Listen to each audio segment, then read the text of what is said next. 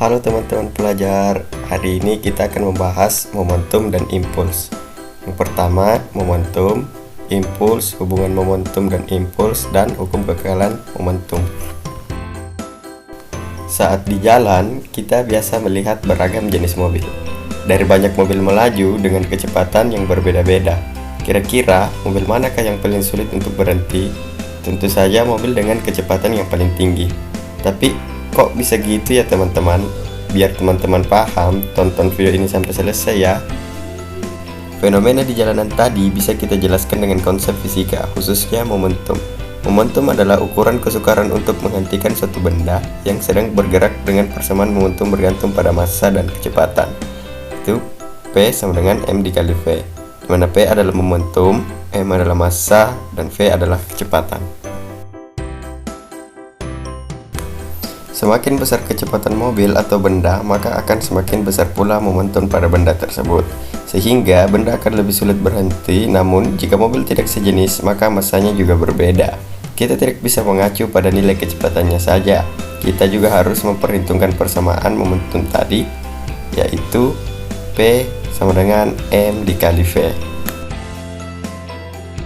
Salah satu besaran fisika yang erat kaitannya dengan momentum adalah impuls. Impuls dapat diartikan seberapa besar gaya luar mengubah momentum sebuah benda. Gaya tersebut bekerja dalam selang waktu tertentu.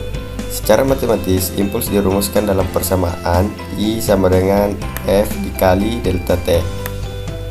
Dengan I adalah impuls, F adalah gaya, dan delta T adalah selang waktu. Perhatikan gambar di samping. Untuk membuat bola bergulir, maka diperlukan gaya dari seseorang dengan cara menendangnya. Ada selang waktu antara pergerakan kaki saat menginginkan kaki hingga akhirnya mengenai bola dan menjadi bergerak.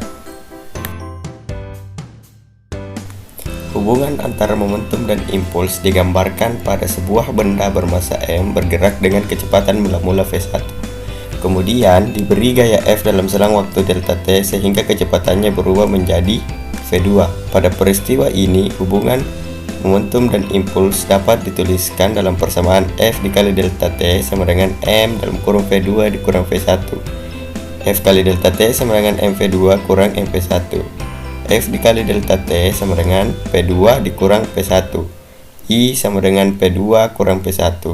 Sehingga I sama dengan delta P, di mana P1 sama dengan MV1 momentum awal, P2 sama dengan MV2 merupakan momentum akhir, delta P sama dengan P2 kurang P1 yang merupakan perubahan momentum, dan I sama dengan F dikali delta T merupakan persamaan impuls. Jika dua benda saling bergerak atau salah satu diam dan pada suatu saat saling bersinggungan, kedua benda dikatakan bertumbukan. Pada peristiwa tumbukan selalu berlaku hukum kekekalan momentum. M1 V1 ditambah M2 V2 merupakan jumlah momentum sebelum tumbukan. M1 V1 action ditambah M2 V2 action merupakan jumlah momentum sesudah tumbukan. Suatu benda bertumbukan, maka nilai kecepatan sebelum dan sesudah akan berbeda. Perbandingan antara selisih kecepatan sebelum dan sesudah tumbukan disebut koefisien restitusi.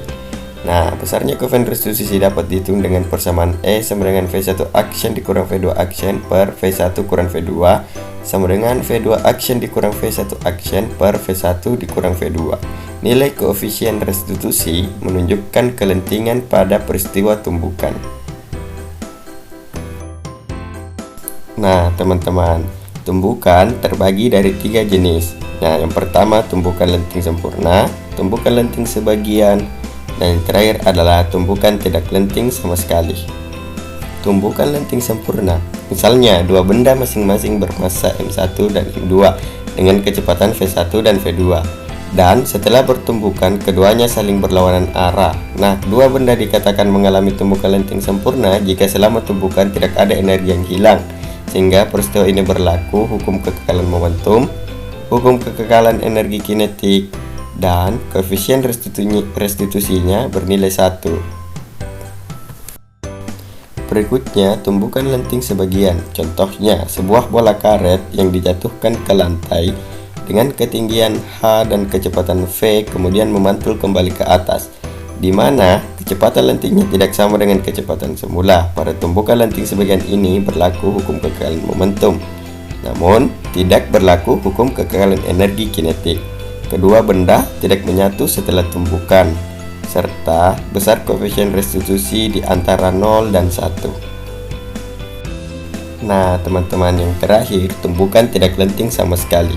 Misalnya, peluru ditembakkan ke bola hingga peluru tersebut bersarang di dalam bola. Kemudian, keduanya bergerak dengan kecepatan yang sama. Sama halnya dengan tumbukan lenting sebagian, berlaku hukum kekekalan momentum, tapi tidak berlaku hukum kekekalan energi kinetik. Kedua benda menyatu dan bergerak bersama setelah tumbukan, di mana V1 action sama dengan V2 action sama dengan V action. Untuk besar koefisien restitusinya, E sama dengan 0. Nah, dipahami ya teman-teman. Semoga. Nah, teman-teman, kayaknya kita sampai sini dulu ya. Semoga video pembelajaran kali ini bermanfaat dan mudah dipahami. Sampai jumpa di video pembelajaran berikutnya.